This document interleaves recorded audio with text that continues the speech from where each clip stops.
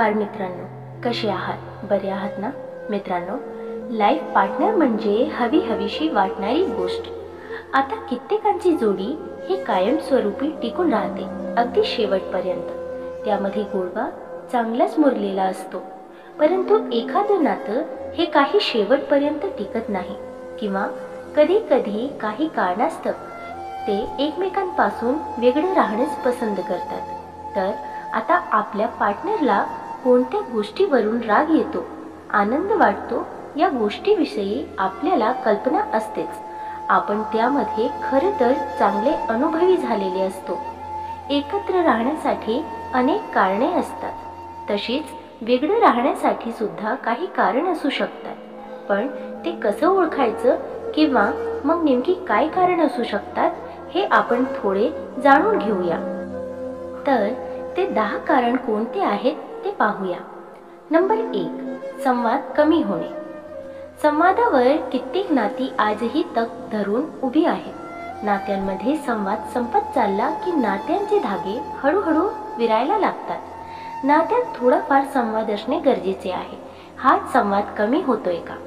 कोणत्याही गोष्टीवर मोकळी चर्चा, मोकळा संवाद होतोय का? का संवाद कमी होत चालले, निरर्थक होत चालले? समाजात आपुलकी वाटत नाहीये. या सगळ्या गोष्टी विचारात घेणे.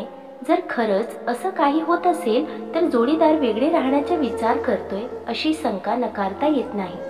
नंबर 2, टाळाटाळ करणे. एकत्र राहूनही जर जोडीदार बोलणं टाळत असेल, आपल्या बऱ्याच गोष्टींकडे दुर्लक्ष करत असेल, वेळ घालवणे टाळत असेल, तर जोडीदार वेगळे राहण्याच्या विचारात असण्याची शक्यता असू शकते. नंबर 3, सतत संशय घेणे. अनेकदा संशय घेणं महागात पडतं.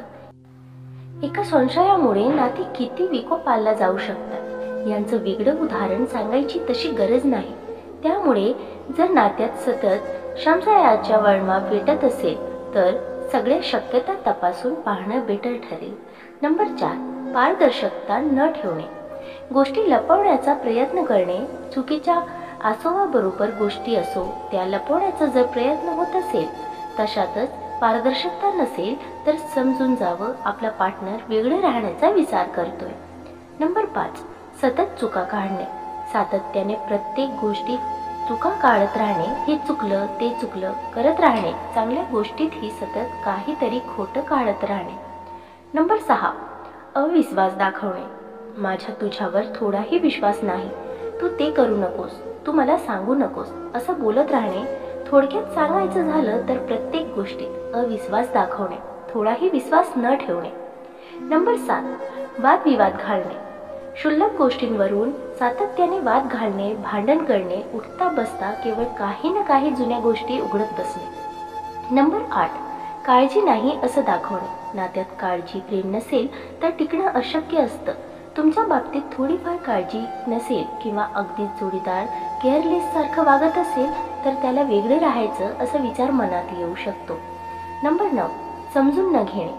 कुठल्याच गोष्टीत जर समजूतदारपणा नसेल, प्रत्येक गोष्टीला सातत्याने भूषण देत बसणे. नंबर 10, नकार घंटा वाजवणे. सतत नकार घंटा वाजवणे. कुठल्याही निर्णयाला सतत नाही नाही कळले, तू हे करू नकोस, ते तू करू नकोस, असं सातत्याने पाठपुरावा करणे. ते 10 गोष्टी एकदा थोडक्यात पाहूया. संवाद कमी करणे, टाळाटाळ करणे, सतत शंका घेणे, वादविवाद घालणे, पारदर्शकता न ठेवणे, सतत चुका काढणे, आत्मविश्वास दाखवणे, काळजी नाही असं दाखवणे, समजून न घेणे, नकार घंटा वाजवणे. तर अशा प्रकारच्या काही गोष्टी जोडीदारांमध्ये आढळत असतील तर साधारणपणे तुमच्या पार्टनर तुमच्याशिवाय वेगळे राहण्याच्या विचारात आहे, ही शक्यता नकारता येत नाही. पण तरीही या सगळ्या शक्यतावरून पूर्णपणे अंदाज बांधू नये.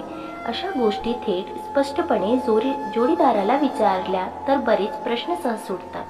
आपल्याला जाणत आहे म्हणून केवळ अंदाज बांधून निर्णय घेण्यात काहीच अर्थ नाही. त्यामुळे जे काही असेल ते स्पष्टपणे विचारून मोकळे व्हा. तेच जास्त बेटर आहे. तुला वेगळं राहायचं का?